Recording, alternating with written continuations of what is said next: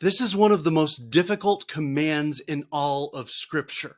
It's simple, but it is extremely difficult.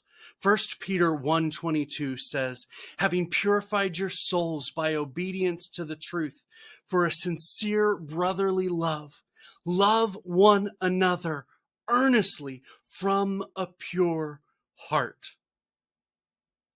Yes, it's simple to love someone with a pure heart, to want their good without any desire or demand of reciprocity. But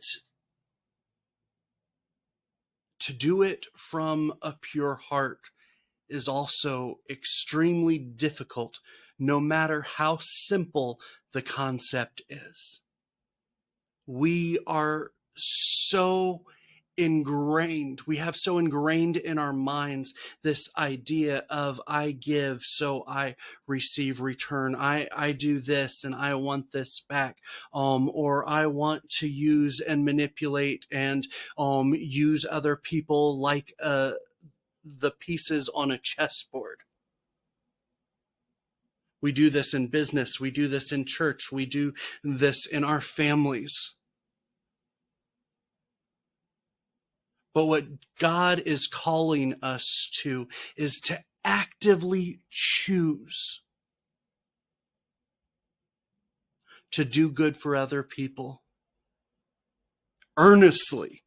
To actively, when we see a need, do something to try and meet that need.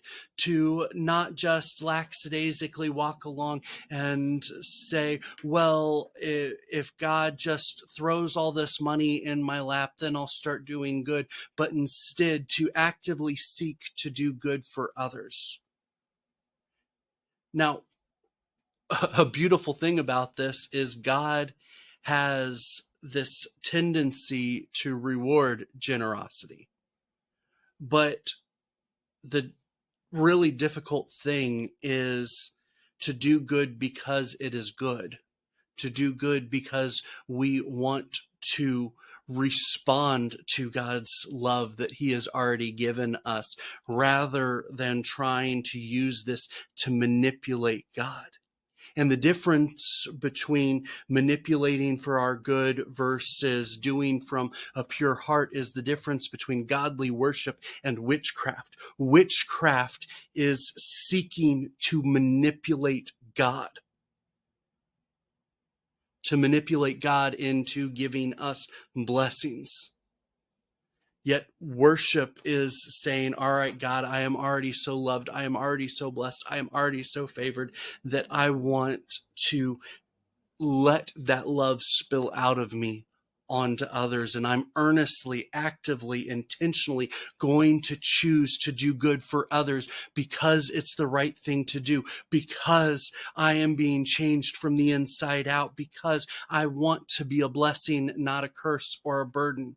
That I want my love to reflect the love of God, where it's not simply transactional, but it's overflowing and abundant and steadfast. The love that God has called us to give is earnestly from a pure heart. And I think I am going to spend the rest of my life striving to live out this simple yet difficult command. God bless.